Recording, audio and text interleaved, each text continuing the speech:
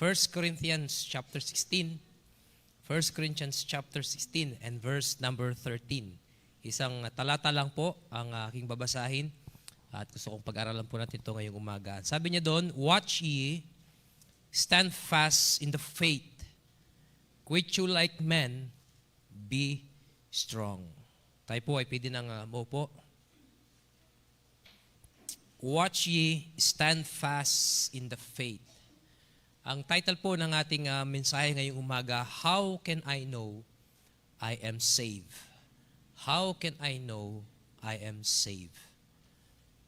Pwede ba nating malaman na tayo ay ligtas? At kung pwede, paano nating malalaman na tayo ay ligtas? Yung kaligtasan siguro, ito yung number one na topic na pinag-uusapan sa lahat marahil ng relihiyon.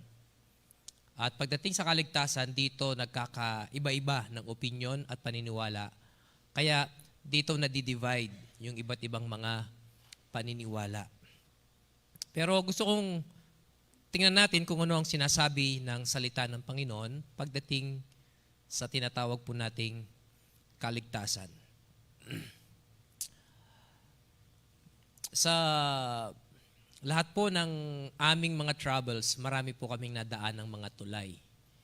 Nung si Sir Banchi ay kasama ko sa North Loop, binilang niya lahat ng tulay na dinaanan namin. Naka-70 tulay siya. Siguro sa inip niya, wala siyang ginawa, kundi bilangin na lang yung mga tulay. 70 na tulay dyan sa bandang norte. Isa siguro sa napakagandang tulay na nadaanan namin ay yung San Juanico Bridge. San Juanico Bridge, ito yung nagdudugtong sa Leyte at saka sa Tacloban. Pakita mo nga, Brother Jonas. Ayan. Ang sabi nila, ang nagtayo ng San Juanico Bridge ay si Ferdinand Marcos bilang regalo kay Imelda Marcos. Napakaganda po niyan, lalo na kapag gabi kasi may mga ilaw po yan. Meron po itong haba na 2.1 kilometers. Ito yung pinakamahabang tulay sa Pilipinas. Pero nung itinayo yung CC-LEX, yung Cebu-Cordova Link Express, tinalo niya yung record ng San Juanico Bridge.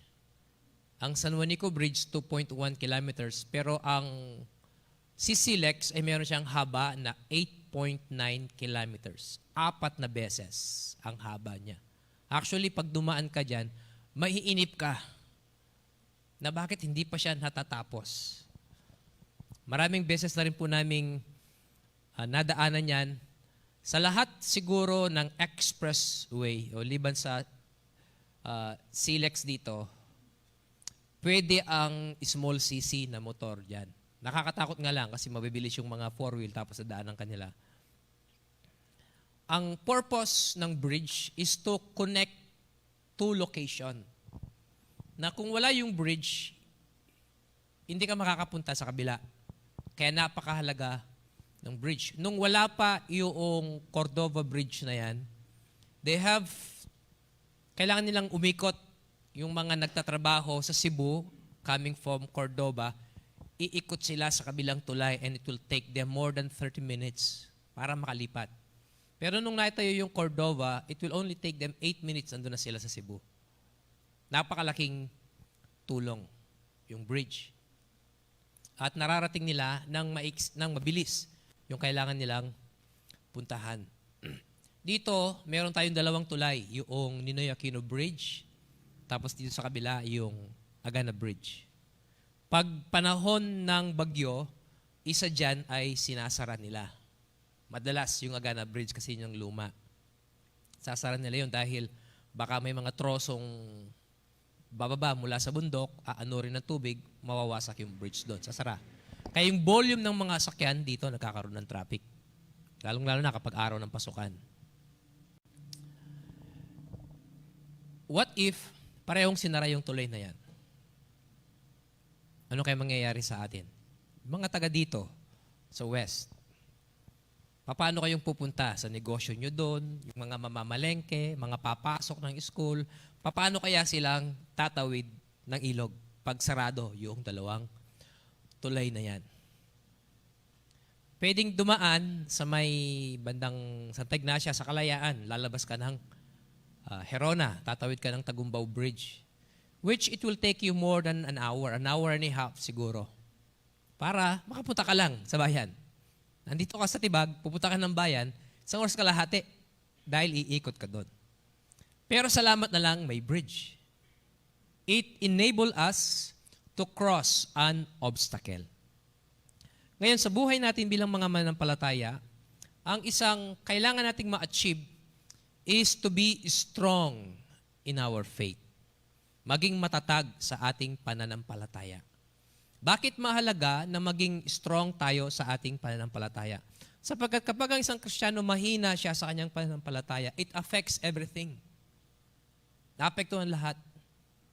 Unang-una, hindi mo maibigay yung best mo. Sapagkat hindi ka convinced, hindi ka sigurado. You are weak. May mga Kristiyano that are strong in their faith, may mga Kristiyano naman that are casual or shallow in their faith. Makikita mo ito sa lifestyle nila. Kung anong klaseng mga mananampalataya sila. Either they are strong in the faith or they are shallow in their faith. Sa lifestyle nila bilang mga mananampalataya. So ngayong umaga, gusto kong gamitin natin ang illustration na yan, yung bridge, to cross that obstacle. Upang sa ganun, ma-reach natin yung level ng buhay natin na maging strong tayo sa ating pananampalataya. Ang number one na kalaban po natin when it comes to our faith is doubt. Yung pagdududa. Kawalan ng kasiguraduhan or katiyakan. At ang unang pinagdududahan natin sa buhay natin bilang mananampalataya ay yung ating kaligtasan. Bakit ba nagdududa ang Kristiyano sa kanyang kaligtasan? The obvious answer is the devil. Sapagkat ang dyablo, gagawin niya lahat para hindi maligtas ang tao. Pipigilan niya ang tao na makakilala sa Panginoon. Bakit? Kasi tinakwil ng Panginoon ng dyablo sa langit eh. Nung si Lucifer, nasa langit, tagapagbantay ng trono ng Panginoon, siya yung merong pinakamataas na estado sa lahat ng mga anghel. Nakikita niya lahat ng pagsamba sa Diyos. Until such time, nagsimulang magkaroon ng pride sa puso niya. He wanted to be like God. Nagrebelde siya sa Panginoon. Tinakwil ng Panginoon sa langit. Yan si Lucifer. Ang ibig sabihin ng pangalang Lucifer, light bearer or the shining one. Maganda po yung pangalang Lucifer. But because of what he did, nagkaroon ng pangit na image ang Lucifer. Ikaw ba naman, magkakaroon ka ng anak na babae, papangalan mo, Lucifer. Wala siguro tayong makikilalang gano'n, no? Buti na lang dito, wala. May Lucy ba dito? Lucy. Then, 1/3 ng population ng mga angels na dala ni Lucifer. Kaya tinawag siya na Satan, the deceiver. Nandadaya siya. And he will do everything within his power para hindi maligtas ang mga tao. Ngayon kapag ang tao hindi niya napigilan na makakilala sa Panginoon, ang susunod na gagawin ng dyablo, mag-i-inject siya ng doubt sa isip natin. Isa sa pinakamabisang sandata ni Satan is doubt. Hindi kanya napigilan na maligtas. Ngayon ang gagawin niya, pipigilan kanyang malaman mong ligtas ka. At ang gagamitin niyang sandata is doubt. So ngayong umaga, pag-aralan po natin ang doubt, pagdududa sa kaligtasan natin. What are the consequences if a Christian is in doubt of his or her salvation? Napakalaking bagay po ang nagiging epekto sa buhay natin bilang mga mananampalataya kapag in doubt tayo sa ating kaligtasan. What are the consequences? Number one, joyfulness. Yun ang unang nawawala. Yung kagalakan natin. Yung kasiyahan natin bilang mga mananampalataya. Hindi ba? Napakahirap ngumiti Napakahirap maging masaya if you are in doubt. Bawa, nag-exam ka sa school. Nag-exam ka. Pagkatapos mong mag-exam, hindi ka tiyak kung papasa ka sa exam or hindi. Hindi ka mapakali. Hindi ka makangiti, wala kang kapayapaan sa puso, hindi ka masaya. Bakit? In doubt ka eh. Pero kapag nag-review ka, lahat ng question, sigurado ka na tama yung sagot mo. Pagkatapos ng exam, kumpiyansa kang papasa ka. Bakit? Kasi sigurado ka. Walang pagdududa. Diba? Bawa, 1 plus 1 equals 2. 2 ang nilagay mo, sigurado ka. Eh sabi ng kapitbahay mo, hindi, 1 plus 1 equals 11. Nilagay mo 11. So merong pagdududa kasi dalawang theory ng sagot eh. Pero kapag sigurado ka sa sagot mo, hindi ka nagdududa, kampante ka lang. Masaya ka. Isang nawawala sa buhay ng isang mananampalataya ay yung katuwaan niya sa buhay kapag meron siyang pagdududa. At lahat tayo dumaan dito. In fact, nabanggit ko na sa inyo, ako, naranasan ko rin na magduda sa aking kaligtasan. Kaya nga 3 beses akong tumanggap sa Panginoon eh. Sapagkat gusto kong makatiyak. Yung una, meron pagdududa, tumanggap uli ako. Pinatanggap uli ako sa Sunday school. Pero para lang sumunod sa teacher, tumanggap uli ako pero may pagdududa pa rin. Then pagdating sa bahay, sinigurado ko. Para mawala yung doubt na yun, sinigurado ko, tumanggap uli ako sa Panginoon. So, unang nawawala yung joy. Second, yung pagiging useful natin sa Panginoon. Kapag in doubt ka nga naman sa kaligtasan mo, napakahirap na ibigay mo yung best mo. Di ba? Kapag hindi mo alam kung talagang ligtas ka ba o hindi, hindi mo priority yung mag-church, hindi mo priority yung maglingkod sa Panginoon. O kung nag-church ka man, hindi ka maagang dumarating. Or kung naglilingkod ka man, hindi mo na ibibigay yung best mo sapagkat hindi ka tiyak sa sarili mo kung ligtas ka ba o hindi. Nakikita ba ng Panginoon ginagawa ko or hindi? Katanggap-tanggap ba to? O-honor ko ba siya o hindi? Baka naman din naman ako sa langit pupunta. Kapag in doubt ka, hindi mo mabibigay yung best mo sa paglilingkod mo sa Panginoon. So yung usefulness natin ay naaapektuhan kapag in doubt tayo sa ating kaligtasan. Yung mga choir, kapag hindi kayo sigurado sa kaligtasan nyo, magtsatsaga pa ba kayo na magka-practice ng 2 oras pagkatapos 3 minutes nyo na nga awitin dito ng umaga? Kahirap, ano? Pero kapag sigurado ka sa iyong kaligtasan, ibibigay mo yung lahat-lahat mo, yung pinakamagaling mo. Magpapagamit ka talaga sa Panginoon. Bakit? Alam mong sigurado ka sa iyong relasyon sa Panginoon. Alam nyo, isa siguro sa pinakamagandang, hindi naman siguro pinakamaganda, isa sa mga magagandang bridge sa mundo ay yung Golden Gate Bridge sa California. Yung Golden Gate Bridge, sinawag po siya na gold sapagkat sa kalayuan, makikita mo ang kulay niya na parang kulay gold. Yung acid ng ulan, ginawa niyang kulay kalawang yung bakal ng bridge. Pero hindi kinalawang talaga yun. Naging ganun na lang ang kulay niya because of the acid rain. Pag tinignan mo siya sa malayo, para siyang kulay ginto. Kaya siya tinawag na Golden Gate Bridge. Nung ginagawa yung Golden Gate Bridge, merong mga construction worker na nahuhulog, namamatay sila. And according to report, a total of 23 men fell to their death. So ang ginawa nila, naglagay sila ng safety net sa baba. Pag may nahuhulog, nandun yung safety net, sasaluhin lang sila. Safe sila. Mula nung nilagay nila yung safety net na yun, bumilis yung trabaho ng 25%. Ganon kabilis. Bakit? Sapagkat yung mga nagtatrabaho, kampante sila. Na kahit mahulog sila, merong safety net na sasalo sa kanila. Yun yung nagagawa kapag tiyak ka sa iyong kaligtasan, assured ka, naligtas ka, ibibigay mo yung pinakamagaling mo sa paglilingkod sa Panginoon. Walang pag-aalinlangan. Then, number 3, yung sureness, yung katiyakan. Ang sabi ni Apostle Paul kay Timothy, I know whom I have believed. Kilala ko kung sino ang aking pinaniniwalaan.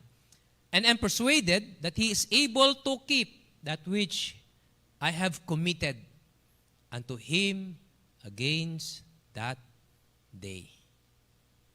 Doubt will rob you of your salvation's assurance. Pero kapag sigurado ka, yun yung magpapawalang bisa sa doubt natin. So ito yung mga consequences po ng doubt. It affects your joy, it affects your usefulness, and it affects your assurance, yung sureness ng ating kaligtasan. Ano ba yung cause ng doubt? Bakit ba tayo nagdududa? Of course, nabanggit ko na kanina, ang kalaban ng doubt ay, ang nag-i-inject ng doubt sa atin ay ang diablo. There are several reasons bakit tayo nagdududa. Maaaring yung iba sa inyo, ganito yung na-experience nyo. Number one, emotional reason. When I say emotional reasons, it involves feelings. Yung nararamdaman nyo. Kung hindi nyo pa napapansin, yung damdamin natin nagbabago. Masaya ka ngayon, mamaya malungkot ka. Nakangiti ka ngayon, mamaya nakasimangot ka. Napakabilis magbago ng ating damdamin.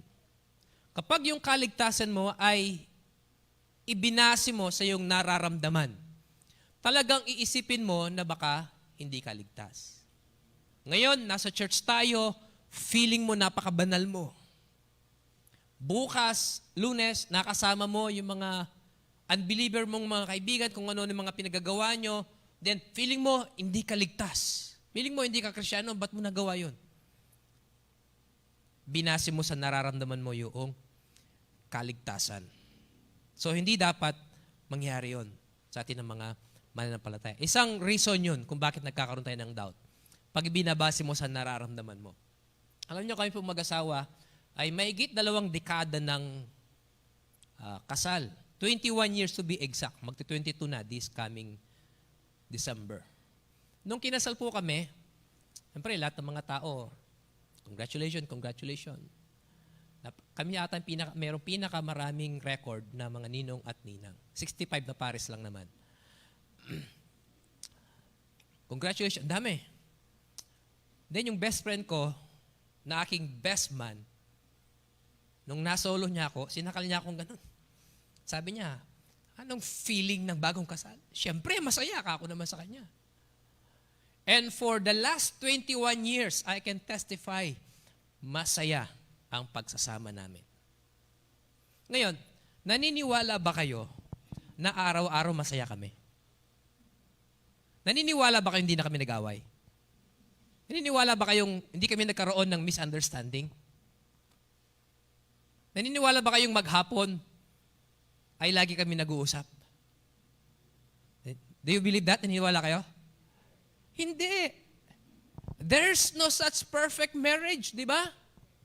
Darating yung araw, magseselos yung babae. O di kayo naman yung lalaki ang magseselos. Darating yung araw, hindi kayo magkikibuhan. Nagpapakiramdaman, magtitiisan kayo kung sinong unang bibigay. Meron kayong hindi mapagkasunduan. Meron kayong hindi maintindihan sa bawat isa. Pero ibig sabihin ba, hindi na kayo kasal? Kasal pa rin kayo. It happens. Diba? Yung mahal na mahal mo siya ngayon. Mamayang gabi, magkaaway kayo. Pero ibig ba sabihin, hindi na kayo kasal? Kasal pa rin kayo. So yung kaligtasan natin, hindi ibig sabihin, feeling mo hindi ka save. Hindi ka na save. Hindi natin ilagay sa damdamin natin yung kaligtasan natin sapagkat yung damdamin nagbabago. So one of the cause of doubting our salvation is our emotion. Number 2, for mental reason. And when I say mental, I'm talking about remembering. Yung naaalala mo kung kailan ka naligtas. Importante po na alam mo kung kailan ka naligtas. Ako, nasave po ako December 11, 1991. Araw ng Biyernes, 7:20 ng gabi. Sa Lamay. Yun ang araw na alam kong tumanggap ako sa Panginoon. Ngayon, hindi mahalaga sa akin yung date na yon. Katagalan, doon ko na lang nakita na importante yung date.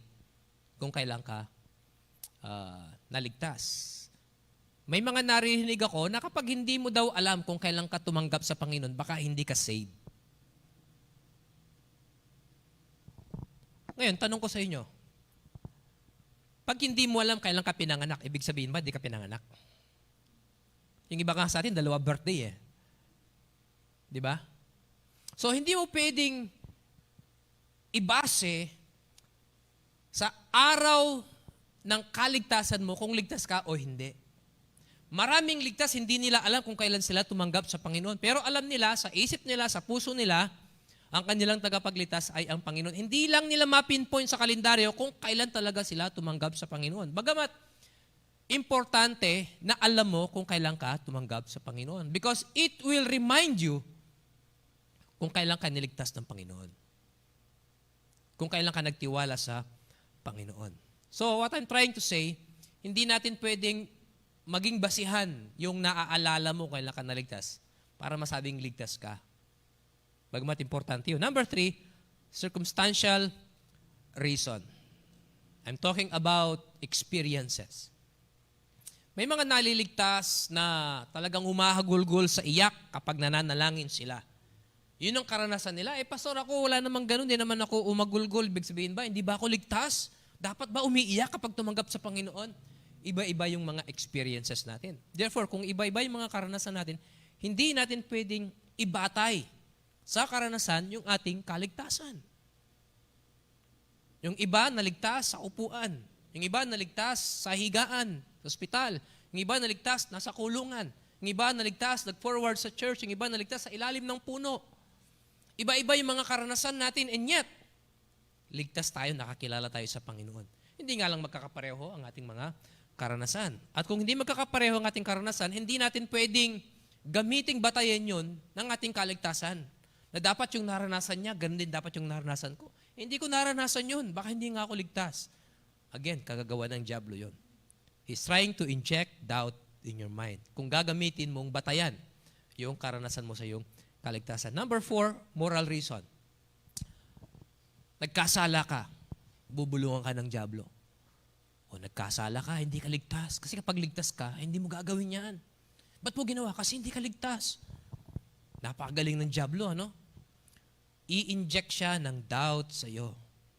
Hindi ka niya napigilan na maligtas ka, pero pipigilan ka niya na malaman mong ligtas ka. Kaya magtatanim siya ng pagdududa sa iyo. Kaya maraming Kristiyano hindi makapaglingkod sa Panginoon sapagkat punong-puno ng pagdududa yung isip nila. Ito yung mga dahilan.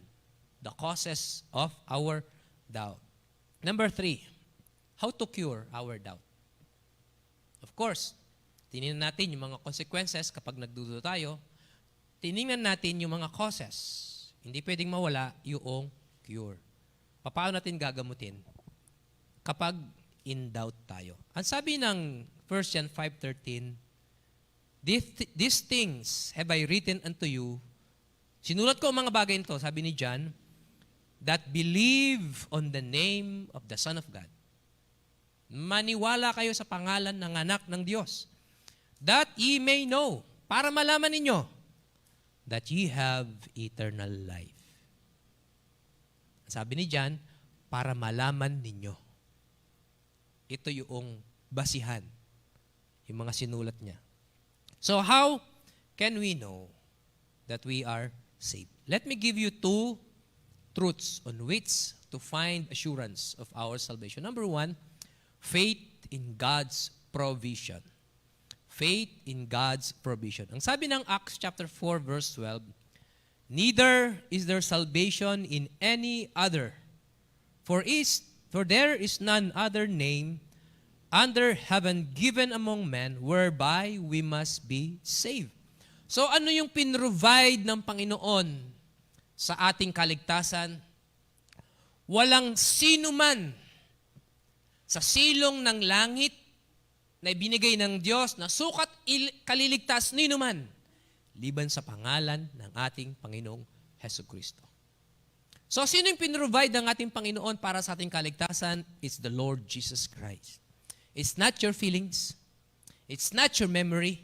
It's not your experiences, but the Lord Jesus Christ. ang ating Panginoong Heso Kristo. Number 2, faith in God's promise. Pananampalataya sa pangako ng Diyos. So yung provision ng Panginoon for our salvation is the Lord Jesus Christ. So siya yung tagapagligtas natin. Paano pa rin mapagtitibay? Now, mawawala yung doubt mo sa'yo. To have faith in God's promise. Ano ang sabi ng Panginoon? John 3:36. He that believeth on the Son, kapag naniniwala ka sa anak ng Diyos, anong meron sa'yo? Hath everlasting life. Merong buhay na walang hanggan. And he that believeth not the Son shall not see life, but the wrath of God abideth on him. So ano yung makikita nating pangako ng Diyos dito? Kapag nasa sayo yung anak ng Diyos, which is Jesus Christ, ang sabi ng Bible, you have eternal life. That is God's promise. Ano kaya dumating yung araw na si Angel Gabriel bumaba? Pagkatapos, ang sabi niya, Pastor Jun, nung isang araw, naglalakad akong malapit dun sa trono ng Diyos at nakita ko yung aklat ng buhay, Book of Life. Sinilip ko yun. At nakita ko yung pangalan mo, nakasulat dun. Totoong ligtas ka. Patungo ka ng langit. At naisip kong bumaba dito para ipaalam sa yun. Para ma-encourage ka. Sa tingin nyo, anong sasagot ko kay Gab? Sasabihin ko sa kanya, Gab, maraming salamat. Nag-abala ka na bumaba dito para ipaalam sa akin yan. Pero gusto kong sabihin sa iyo, hindi na kailangan. Sinabi na ng Panginoon na ligtas ako. It's totally unnecessary. Why? Kapag sigurado kang tumanggap ka sa Panginoon at ang tinanggap mo ang Panginoong Jesucristo, hindi yung nagpatanggap sa iyo. Ang Panginoong Jesucristo ang tinanggap mo. Katapos sa salita ng Diyos, ipinangako niya. Kapag tinanggap mo talaga yung anak ng Diyos, you have eternal life.